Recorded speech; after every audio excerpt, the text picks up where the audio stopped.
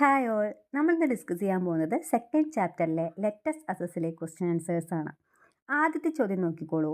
To illustrations related to human evolutions are given below. Based on theory of natural selection find out the correct one and explain the reason. അതായത് human എവല്യൂഷനുമായി ബന്ധപ്പെട്ട, അതായത് theory of natural സെലക്ഷനെ base ചെയ്തിട്ട് human എവല്യൂഷനുമായി ബന്ധപ്പെട്ട രണ്ട് ചിത്രം കൊടുത്തിട്ടുണ്ട് അല്ലേ. അതിൽ ഏതാണ് കറക്റ്റ് വൺ, പിന്നെ അതിന് എക്സ്പ്ലെയിൻ ചെയ്യാനാണ്, റീസൺ വൈസ് എക്സ്പ്ലെയിൻ ചെയ്യാൻ ചോദിച്ചിട്ടുണ്ട്. ഇവിടെ നോക്കി നോക്കാം. മങ്കി, ഹ്യൂമൻ, അവർക്ക് രണ്ടുപേർക്കും ഒരു കോമൺ ആൻസസ്റ്റർ ഉണ്ടെന്ന് പറയുന്നുണ്ട്. രണ്ടാമത്തിൽ കൊടുത്തിരിക്കുന്നത് മങ്കിന്ന് ഡയറക്റ്റ് ആയിട്ടാണ് ഹ്യൂമൻ ഇവോൾവ് ചെയ്തതെന്നും പറയുന്നുണ്ട്. നമുക്കിത് കാണുമ്പോൾ തന്നെ മനസ്സിലാവും ഏതായിരിക്കും കറക്റ്റ് ആൻസർ. ഇല്ലസ്ട്രേഷൻ എ ആണ്. കാരണം മങ്കിക്കും ഹ്യൂമണും കോമൺ ആൻസസ്റ്റർ ആണെന്നാണ് പറയുന്നത്. അല്ലാതെ മങ്കിന്ന് ഡയറക്റ്റ് ആയിട്ട് ഹ്യൂമൻ ഇവോൾവ് ചെയ്തു, അല്ലെങ്കിൽ ആ മങ്കിന്ന് ഡയറക്റ്റ് ആയിട്ടുള്ള ലീനേജ് ആണ് ഹ്യൂമൺ എന്ന് പറയുന്നില്ല. അപ്പോൾ ഇതിൻ്റെ ആൻസർ എങ്ങനെ എഴുതുക നോക്കാം. കറക്റ്റ് ആൻസർ ഇല്ലസ്ട്രേഷൻ എ ആണ്. റീസൺ നോക്കി നോക്കൂ. According to the theory of natural selection humans and monkeys share a common ancestor. Natural selection തിയറിയുമായി ബന്ധപ്പെട്ട് നമുക്ക് പറയുകയാണെങ്കിൽ ഹ്യൂമണും മങ്കിക്കും എന്താണ് ഒരു കോമൺ ആൻസസ്റ്റർ, അല്ലെങ്കിൽ ഒരു പൊതുപൂർവ്വകനാണുള്ളത്. The correct illustration show divergent evolution from a common ancestor. ഇവിടെ പറയുന്നത് എന്താണ്? കോമൺ ആൻസസ്റ്റർ എന്നുള്ള ഒരു ഡൈവേർജൻറ്റ് എവല്യൂഷൻ ആണ് അല്ലേ, അല്ലാതെ not a direct lineage from monkey to human. മങ്കിന്ന് ഹ്യൂമൺ ഉണ്ടായിന്ന് പറയുകയല്ല ചെയ്യുന്നത്. Second question. Although dolphins have a larger brain than that of humans, the level of thinking, language skills and social relationships are higher in human. അതായത് നമ്മളെ ഹ്യൂമൻസിനെ compare ചെയ്യുമ്പോൾ ഡോൾഫിനാണ് larger brain എന്ന് പറയുന്നത്. പക്ഷെ നോക്കി നോക്കാം, level of thinking, language skill, social relationship, അതൊക്കെ പക്ഷേ ഹ്യൂമൻസിലാണ് കൂടുതൽ. Evaluate the statement based on the following indicators. ഈ താഴെ രണ്ട് ഇൻഡിക്കേറ്റേഴ്സ് തന്നിട്ടുണ്ട്. അതിനെ ബേസ് ചെയ്തിട്ട് ഈ സ്റ്റേറ്റ്മെൻറ്റ് എന്താണ് ഇവാലുവേറ്റ് ചെയ്യാനാണ് പറഞ്ഞിരിക്കുന്നത്. ആദ്യത്തെ പോയിന്റ് നോക്കി നോക്കുക. Difference in the structure of ബ്രെയിനിലുള്ള സ്ട്രക്ചറിലെ ഡിഫറൻസ്, പിന്നെ ഇൻഫ്ലുവൻസ് ഓഫ് നാച്ചുറൽ സെലക്ഷൻ. ഇതിനെ രണ്ടിനെയും ബേസ് ചെയ്തിട്ട് മോളിൽ പറയുക സ്റ്റേറ്റ്മെൻറ്റ് ഇവാലുവേറ്റ് ചെയ്യാനാണ് പറഞ്ഞിരിക്കുന്നത്. അപ്പോൾ ഇതിൻ്റെ ആൻസർ എങ്ങനെ വരിക നോക്കാം. സ്ട്രക്ചർ ഓഫ് ബ്രെയിൻ ആയി നമുക്ക് നോക്കാം. Though dolphin have a larger brain, the human cerebral cortex is more developed, especially in region responsible for thinking, language and social behaviour. ഇപ്പോൾ ഡോൾഫിനാണ് നമ്മളെക്കാട്ടിലും ലാർജർ ബ്രെയിൻ എന്ന് പറയുന്നത് അല്ലേ. എങ്കിൽ കൂടിയും ഈ സെറിബ്രൽ കോർട്ടെക്സ് അത് ഡോൾഫിൻ്റെക്കാട്ടിലും കൂടുതൽ ഡെവലപ്പ് ചെയ്തിരിക്കുന്ന ഹ്യൂമണിലാണ്. ഈ സെറിബ്രൽ കോർട്ടെക്സ് ആണ് എന്തിനൊക്കെ സഹായിക്കുന്നത്? തിങ്കിങ്ങിനാണെങ്കിലും ലാംഗ്വേജിനാണെങ്കിലും സോഷ്യൽ ബിഹേവിയറിനാണെങ്കിലും കേട്ടോ. ഇനി നാച്ചുറൽ സെലക്ഷൻ ചെയ്യാൻ ബേസ് ചെയ്ത് പറയുകയാണെങ്കിൽ humans evolve under selection pressure that favoured intelligence, communication and social corporation. അപ്പം നമ്മൾ ഇതൊക്കെ ഉള്ളൊരു പ്രഷറിലാണ് ഡെവലപ്പ് ചെയ്യുന്നത്. അതുകൊണ്ട് നമുക്ക് എന്തുണ്ടാവും? അഡ്വാൻസ്ഡ് കോഗ്നിറ്റീവ് സ്കിൽസ് ഉണ്ടാവും. Third question. Redraw the figure of the neuron and label the following parts by writing the names. വളരെ ഇമ്പോർട്ടൻ്റ് ആണ്. എപ്പോഴും എക്സാമിന് ചോദിക്കാറുണ്ട്. 3-4 മാർക്കിന് ഷുവറാണ് കേട്ടോ. പ്രീവിയസ് ക്വസ്റ്റ്യൻ ആണേ. അപ്പോൾ ആദ്യം എന്ന് പറഞ്ഞാൽ നിങ്ങൾ നീറ്റായിട്ട് ചിത്രം വരയ്ക്കുക. നോക്കി വരച്ചാൽ മതി. നീറ്റായിട്ട് വരയ്ക്കുക. വരയ്ക്കാൻ വേണ്ടി ഒരുപാട് സമയം നമ്മൾ എടുക്കാൻ പാടില്ല. അതിനുശേഷം താഴെ പറഞ്ഞിരിക്കുന്ന 3 ക്വസ്റ്റ്യൻ ഉണ്ട് അല്ലേ, അത് 3ഉം കൃത്യമായിട്ട് ABC എന്ന് എഴുതിയിട്ട് തന്നെ ലേബൽ ചെയ്യുക.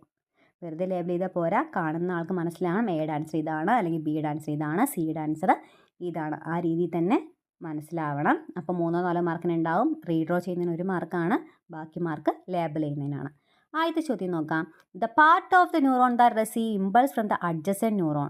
തൊട്ടടുത്ത ന്യൂറോണിൽ നിന്ന് ഇമ്പൾസസിനെ റിസീവ് ചെയ്യുക അല്ലെങ്കിൽ സ്വീകരിക്കുന്ന ഭാഗം ഏതാണ്? ഡെൻഡ്രൈറ്റ് ആണ് അല്ലേ. തൊട്ടടുത്ത ന്യൂറോണിൽ നിന്ന് ഇമ്പൾസ് സ്വീകരിക്കുന്നത് ഡെൻഡ്രൈറ്റ് ആണ്. ഈ ഒരു ഭാഗമാണ് എയുടെ answer. B question. Part that contain neuro transmitter അടങ്ങിയിരിക്കുന്ന ഭാഗം ഏതാണ്? Synaptic knob. ഇതവിടെ ഈ അറ്റത്തുള്ള ഉണ്ട പോലത്തെ സാധനമാണ് സിനാപ്റ്റിക് നോബ് എന്ന് പറയുന്നത്. മൂന്നാമത്തെ question. Part that act as insulator. Electric ഇൻസുലേറ്ററായിട്ട് ആക്ട് ചെയ്യുന്ന ഭാഗം ഏതാണ്? മൈലിൻ ഷീത്താണ് അല്ലേ. ആവേഗങ്ങളുടെ അല്ലെങ്കിൽ ഇമ്പൾസസിനെ സ്പീഡ് ആക്സിലേറ്റർ ചെയ്യുക, ഇൻസുലേറ്ററായിട്ട് ആക്ട് ചെയ്യുക, പ്രൊട്ടക്റ്റ് ചെയ്യുക ആക്സോണിനെ. ഇതൊക്കെ ചെയ്യുന്ന ആരാണ്? മൈലിൻ ഷീത്താണ്. ആ മൈലിൻ ഷീത്തിൻ്റെ ഫങ്ഷൻസ് നിങ്ങൾ നന്നായിട്ട് പഠിച്ചു വയ്ക്കുക. അതും സെപ്പറേറ്റ് ആയിട്ട് ചോദിക്കാറുണ്ട്. അപ്പോൾ നമുക്കിത് അടയാളപ്പെടുത്തുക എങ്ങനെയാണെന്ന് നോക്കാം കേട്ടോ. അപ്പോൾ ഇതുപോലെ നിങ്ങൾ ചിത്രം വരയ്ക്കുക. അതിനുശേഷം ABC എന്ന് എഴുതിയിട്ട് തന്നെ മാർക്ക് ചെയ്യുക കേട്ടോ. അപ്പോൾ ആദ്യത്തിൻ്റെ ആൻസർ എന്താണ്? തൊട്ടടുത്ത, അത് അഡ്ജസൻറ്റ് ന്യൂറോണിൽ നിന്ന് ഇമ്പൾസസ് റിസീവ് ചെയ്യുന്ന ഭാഗം എന്ന് പറയുന്നത് ഡെൻഡ്രൈറ്റ് ആണ്. ന്യൂറോ ട്രാൻസ്മിറ്റർ കാണപ്പെടുന്ന പാർട്ട് എന്ന് പറയുന്നത് സിനാപ്റ്റിക് നോബാണ്. പിന്നെ ഇലക്ട്രിക് ഇൻസുലേറ്ററായിട്ട് ആക്ട് ചെയ്യുന്ന ഭാഗം മൈലിൻ ഷീത്താണ്. അപ്പോൾ ഇതേപോലെ വരച്ച് ഇതേപോലെ തന്നെ അടയാളപ്പെടുത്തുക കേട്ടോ. 4th question. Darwin failed to explain the reasons of variation even though he argued that variation occurs continuously in organism. അതായത് ഡാർവിൻ പറയുന്നുണ്ട് ഓർഗാനിസത്തിൽ കണ്ടിന്യൂസ് ആയിട്ട് വേരിയേഷൻ ഉണ്ടാകുന്നുണ്ട്, പക്ഷേ ആ വേരിയേഷനുള്ള കാരണം എക്സ്പ്ലെയിൻ ചെയ്യുന്നതിൽ ഡാർവിൻ ഫെയിലായി. അപ്പോൾ ഡാർവിൻ്റെ ലോയുടെ ലിമിറ്റേഷൻ ചോദിച്ചാൽ ഇത് എഴുതിയാൽ മതി. വേരിയേഷൻ ഉണ്ടാകുന്നുണ്ടെന്ന് പറഞ്ഞു, പക്ഷെ അതിന് കാരണം ഡാർവിൻ പറഞ്ഞില്ല. Evaluate the statement based on the finding of neo Darwinism. അപ്പോൾ നിയോ ഡാർവിനിസത്തിലെ ഫൈൻഡിങ്സിനൊക്കെ ബേസ് ചെയ്തിട്ട് ഈ ഒരു സ്റ്റേറ്റ്മെൻറ്റ് ഇവാലുവേറ്റ് ചെയ്യാനാണ് പറഞ്ഞിരിക്കുന്നത്. അപ്പോൾ ഇതിൻ്റെ ആൻസർ എങ്ങനെ വരിക നോക്കാം നമുക്ക്. Neo Darwinism explains variations using genetic mutations, recombination during reproduction, gene flow and genetic drift. അതായത് നിയോ ഡാർവിനിസം വേരിയേഷനെ കുറിച്ച് എക്സ്പ്ലെയിൻ ചെയ്യുന്നത് ഈ പറയുന്ന പ്രോസസ്സിനെയൊക്കെ ബേസ് ചെയ്തിട്ടാണ്. ഏതൊക്കെയാണ്? Genetic mutation, recombination during reproduction, gene flow and genetic drift. These add to the theory of natural selection and explain the origin and inheritance of variation. അപ്പോൾ ഇതെന്താണ്? Theory of natural selection ഒന്നുകൂടെ എന്താണ് പുതിയതാക്കി എടുത്തു അല്ലേ. കൂടുതലും എന്താണ് ഒറിജിനെ കുറിച്ചും അതുപോലെ തന്നെ ഇൻഹെറിറ്റൻസ് ഓഫ് വേരിയേഷനെ കുറിച്ചൊക്കെ പറഞ്ഞു കൊടുത്തു. ആ ഡാർവിനിസം ഒന്ന് പുതുക്കിയത് കൊണ്ടാണ് നിയോ പറഞ്ഞാൽ എന്താണ് ന്യൂ ഡാർവിനിസം അല്ലേ, ആ ഒരു പേരെന്നെ കൊടുത്തത്. 5ാമത്തെ ചോദ്യം. Observe the illustration and answer the question. ഇവിടെ നോക്കി നോക്കുക. സെൻട്രൽ നെർവസ് സിസ്റ്റം എന്ന് കൊടുത്തിട്ടുണ്ട്, different part of the body എന്നും കൊടുത്തിട്ടുണ്ട്. നമുക്കറിയാം സെൻട്രൽ നെർവസ് സിസ്റ്റം എന്ന് പറയുന്നത് ആരൊക്കെ അടങ്ങിയതാണ്? ബ്രെയിനും സ്പൈനൽ കോഡുമാണ്. അപ്പോൾ നോക്കൂ, ആദ്യത്തെ ചോദ്യം, identify the nerve A and B. A B എന്നീ നെർവുകളെ തിരിച്ചറിയാനാണ് പറഞ്ഞിരിക്കുന്നത്. ആദ്യത്തേലെന്ന് പറയുമ്പോൾ സെൻട്രൽ നെർവസ് സിസ്റ്റം നമ്മൾ പറഞ്ഞത് എന്താണ്? ബ്രെയിനും സ്പൈനൽ കോഡാണ്. ബ്രെയിനിൽ നിന്നും സ്പൈനൽ കോഡിൽ നിന്നും ഇമ്പൾസസിനെ ഡിഫറെൻറ്റ് പാർട്സ് ഓഫ് ദ ബോഡിയുടെ വിവിധ ഭാഗങ്ങളിലേക്ക് എത്തിക്കുക. അത് ഏത് നെർവാണ്? മോട്ടോർ നെർവാണ് അല്ലേ. അതായത് ബ്രെയിനും സ്പൈനൽ കോഡിൽ നിന്നും ഇമ്പൾസസിനെ ഡിഫറെൻറ്റ് പാർട്സ് ഓഫ് ദ ബോഡിയിലേക്ക് എത്തിക്കുന്നത് മോട്ടോർ നെർവാണ്. രണ്ടാമത്തെ നോക്കി നോക്കാം. ബി എന്ന് പറയുന്നത് നേരെ തിരിച്ചാണ്. ഡിഫറെൻറ്റ് പാർട്ട് ഓഫ് ദ ബോഡിയിൽ നിന്ന് സെൻട്രൽ നെർവസ് സിസ്റ്റം ഇങ്ങോട്ടാണ് ആരോ മാർക്ക് അല്ലേ. അവിടെ എന്ന് പറയുമ്പോൾ ബ്രെയിനിക്കും സ്പൈനൽ കോഡിക്കും എത്തിക്കുകയാണ് ചെയ്യുന്നത്. മറ്റു ബോഡി പാർട്സിൽ നിന്ന് ബ്രെയിനിക്കും സ്പൈനൽ കോഡിക്കും എത്തിക്കുകയാണ് ചെയ്യുന്നത്. അപ്പോൾ അത് ഏതാണ്? സെൻസറി നെർവാണ്. അപ്പോൾ ആദ്യത്തെ ആൻസർ എന്താണ്? Motor nerve. രണ്ടാമത്തെ ആൻസർ സെൻസറി നെർവ്.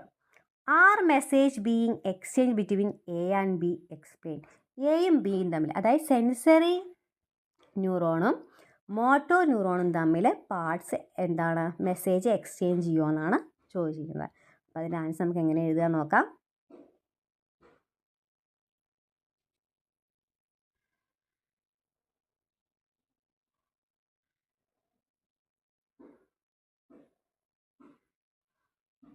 എയുടെ ആൻസർ എ മോട്ടോർ നെർവാണ്, ബി എന്താണ് സെൻസറി നെർവാണ്. ബി ക്വസ്റ്റ്യൻ എന്ന് പറഞ്ഞു കഴിഞ്ഞാൽ സെൻസറി നെർവും മോട്ടോർ നെർവും തമ്മിൽ അങ്ങോട്ടും ഇങ്ങോട്ടും മെസ്സേജ് എക്സ്ചേഞ്ച് ചെയ്യുമെന്നാണ് ചോദിച്ചിരിക്കുന്നത്. അതിൻ്റെ ആൻസർ നോക്കി നോക്കുക. The motor and sensory nerve do not transmit messages directly between them. അവർ അങ്ങോട്ടും ഇങ്ങോട്ടും ഡയറക്റ്റായിട്ട് എന്ത് ചെയ്യില്ല, ട്രാൻസ്മിറ്റ് ചെയ്യില്ല. They communicate with each other through interneuron in the spinal cord. അവർ തമ്മിൽ എന്താണ് കമ്മ്യൂണിക്കേറ്റ് ചെയ്യുന്നുണ്ട്, അതിൻ്റെ ഇടയിലുള്ള ഇന്റർ ന്യൂറോൺ വെച്ചിട്ടാണ്. നമ്മൾ റിഫ്ലെക്സ് ആക്ഷൻ പഠിക്കുമ്പോൾ അതിൽ ക്ലിയർ ആയിട്ട് കൊടുത്തിട്ടുണ്ട് സെൻസറി ന്യൂറോണും അല്ലെങ്കിൽ മോട്ടോർ ന്യൂറോണിൻ്റെ ഇടയ്ക്ക് ഇന്റർ ന്യൂറോണൊക്കെ. അപ്പോൾ അത് നന്നായിട്ട് നോക്കുക കേട്ടോ. 6th question. A table that includes the parts of spinal cord and their functions is given below. Arrange column B appropriately in accordance with column A of the table. അതായത് 2 column തന്നിട്ടുണ്ട് A B എന്ന് പറഞ്ഞിട്ട്, അത് match ചെയ്യുക. എയിൽ parts കൊടുത്തിട്ടുണ്ട്, അതായത് spinal കോഡിൻ്റെ parts കൊടുത്തിട്ടുണ്ട്. ബിയിൽ അവയുടെ ഫംഗ്ഷൻ അല്ലെങ്കിൽ പെക്യുലാരിറ്റി കൊടുത്തിട്ടുണ്ട്. അത് മാച്ച് ചെയ്യാനാണ് പറയുന്നത്. നമുക്ക് ഫംഗ്ഷൻ നോക്കാം. അത് ഏത് പാർട്സ് വരെ നിങ്ങളും കൂടെ പറയുക കേട്ടോ. ആദ്യം ന്യൂറോൺസ് വിത്ത് myelin sheath R numerous. Myelin sheath കൂടുതലുള്ള ന്യൂറോൺസ് കാണപ്പെടുന്നു. മൈലിൻ ഷീത്ത് കൂടുതലാവും എന്ന് പറയുമ്പോൾ തന്നെ നമുക്കറിയാം മൈലിൻ ഷീറ്റിന് വൈറ്റ് കളറാണ് അല്ലേ. മൈലിൻ ഷീത്ത് കൂടുതലാകുമ്പോൾ അത് എന്താണ്? വൈറ്റ് മാറ്റർ ആണ്. അപ്പോൾ അത് ഇവിടെ വരും. രണ്ടാമത്തേത് transmit impulses to the spinal cord. Spinal കോഡിലേക്ക് ഇമ്പൾസ് കൊണ്ടുപോവുക.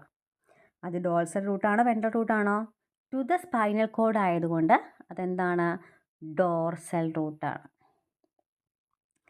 Fluid present here nourish the spinal cord. ഇവിടെ എന്തോ ഒരു ഫ്ലൂയിഡ് ഉണ്ട്, അത് സ്പൈനൽ കോഡിന് വേണ്ട നറിഷ്മെൻറ്റ് കൊടുക്കുന്നുണ്ട്. അതേതാണ്? Central canal. സെൻട്രൽ കനാലാണ് ഫ്ലൂയിഡ് കാണപ്പെടുന്നത്. Grey matter, cell body of neurons are numerous, അതാണ് എന്ത് ഗ്രേ മാറ്റർ വരിക. അപ്പോൾ ഇതാണ് ഇതിൻ്റെ ആൻസർ കേട്ടോ. Okay, 7th question. Based on the information obtained from fossil, some human ancestors and their characteristics are given below. Find out the one which is arranged correctly from the given answer. ഇതിൽ correct ആയത് ഏതാണെന്നാണ് ചോദിച്ചിരിക്കുന്നത്. അപ്പോൾ ഏതാണ് correct? Homo habilis എന്താ വരിക? Made tools with stones using there hand. അവരെന്താണ് അവരുടെ hand use ചെയ്തിട്ട് ടൂൾസ് ഉണ്ടാക്കുക. അതായത് ടൂൾസൊക്കെ ഉണ്ടാക്കുന്ന അവരുടെ ഒരു ഹോബിയാണ് അല്ലേ. ആ രീതിയിൽ നമ്മൾ പഠിച്ചിട്ടുണ്ട്. രണ്ടാമത്തത് ഹോമോ നിയാണ്ടർതാലൻസിസ്, അതെന്താ വരിക? Bury dead bodies. ഡെഡ് ബോഡീസൊക്കെ എന്താണ് കുഴിച്ചിട്ടിരുന്നു. ആസ്ട്രലോപിതെക്കസ് അവരെന്താ വരിക? The skeletal structure confirm bipedalism. Bipedalism confirm ചെയ്യുന്ന സ്കെലറ്റൽ സ്ട്രക്ചറാണ് അവരുടേത്. ഹോമോ ഇറക്ട്സ് എന്താ വരിക? Able to stand upright on 2 legs, അതായത് 2 കാലിൽ നിവർന്ന് നിൽക്കാനുള്ള കഴിവുണ്ടായിരുന്നു. അപ്പോൾ ഇതിൽ കറക്റ്റ് ആൻസർ വരുന്നത് ഓപ്ഷൻ ബി ആണ്. ഓപ്ഷൻ ബി ആണ് correct answer. 8th question. Examine the information mentioned in the boxes labeled as P, Q, R, S. Identify the parts of the brain associated with them and choose the correct answer. അപ്പോൾ P Q R S found ബ്രെയിനിലെ ഓരോ പാർട്സിൻ്റെ ഫംഗ്ഷനാണ്. അപ്പോൾ അത് ഏതാണെന്ന് നിങ്ങളടുത്ത് identify ചെയ്യാനാണ് പറഞ്ഞിരിക്കുന്നത്. ആദ്യത്തേത് മെയിൻറ്റെയിൻ ഹോമോസ്റ്റാസിസ്. ഹോമോസ്റ്റാസിസ് എന്ന് കേൾക്കുമ്പോൾ തന്നെ നമുക്കറിയാം എന്താണ് ഹോമോസ്റ്റാസിസിൽ എച്ച് ഉണ്ട്, ആ ഭാഗത്തിലും എച്ച് ഉണ്ട്. ഏതാണ്? ഹൈപ്പോ തലാമസ് ആണ്. Provide sensory experience. Sensory experience അല്ലേ, കാഴ്ച കേൾവി അങ്ങനത്തെ സാധനങ്ങൾ സെൻസ് ചെയ്യാനുള്ള എക്സ്പീരിയൻസ് പ്രൊവൈഡ് ചെയ്യുന്ന ഭാഗം സെറിബ്രമാണ്. റിലേ സ്റ്റേഷൻ ഓഫ് ഇമ്പൾസസ് ഏതാണ്? തലാമസ് ആണ്. Control the rate of ventilation. വെന്റിലേഷൻ്റെ റേറ്റ് കൺട്രോൾ ചെയ്യുന്ന ഭാഗം പോൺസ് ആണ്. അപ്പോൾ ആൻസർ ഏതാ വരിക? ഓപ്ഷൻ ഏതാണ്? സി ആണ് അല്ലേ. ഓപ്ഷൻ സി ആണ് കറക്റ്റ് ആൻസർ. ലാസ്റ്റ് ക്വസ്റ്റ്യൻ നോക്കി നോക്കുക. Complete the table by including the following in appropriate column. അതായത് താഴെ 2 കോളം തന്നിട്ടുണ്ട്. അതിൻ്റെ ഹെഡിങ് നോക്കൂ, ലാമാർക്കിസം, ഡാർവിനിസം. ആ ഒരു ടേബിൾ ഫില്ല് ചെയ്യാനാണ് പറഞ്ഞിരിക്കുന്നത്. മേലെ നോക്കുക 6 പോയിൻറ്റ്സ് ഉണ്ട്. അതിൽ 6 പോയിൻറ്റ്സ് ഏത് കോളത്തിലൊക്കെ വരിക നോക്കാം. ആദ്യത്തേത് only long necked giraffe survive. നീളമുള്ള കഴുത്തുള്ള ജിറാഫ് മാത്രം സർവൈവ് ചെയ്യും. അത് ഏതിലാണ് വരിക? ഡാർവിനിസത്തിലാണ് വരിക. ആദ്യത്തേത് ഡി. രണ്ടാമത്തേത് യൂസ് ആൻഡ് ഡിസ്യൂസ്. യൂസും ഡിസ്യൂസും അത് വരുന്നത് ലാമാർക്കിസോടെ നമുക്ക് എൽ എന്ന് എഴുതാം. പിന്നെ നാച്ചുറൽ സെലക്ഷൻ അത് കേൾക്കുമ്പോൾ തന്നെ അറിയാം ഏതാ വരിക? ഡാർവിനിസത്തിലാണ് വരിക. Variations acquired in the life span, അതായത് ലൈഫ് സ്പാൻസിൽ ഉണ്ടാകുന്ന വേരിയേഷൻ, അത് അക്വേർഡ് ക്യാരക്ടർ അല്ലേ, അത് ഏതിലാണ് വരിക?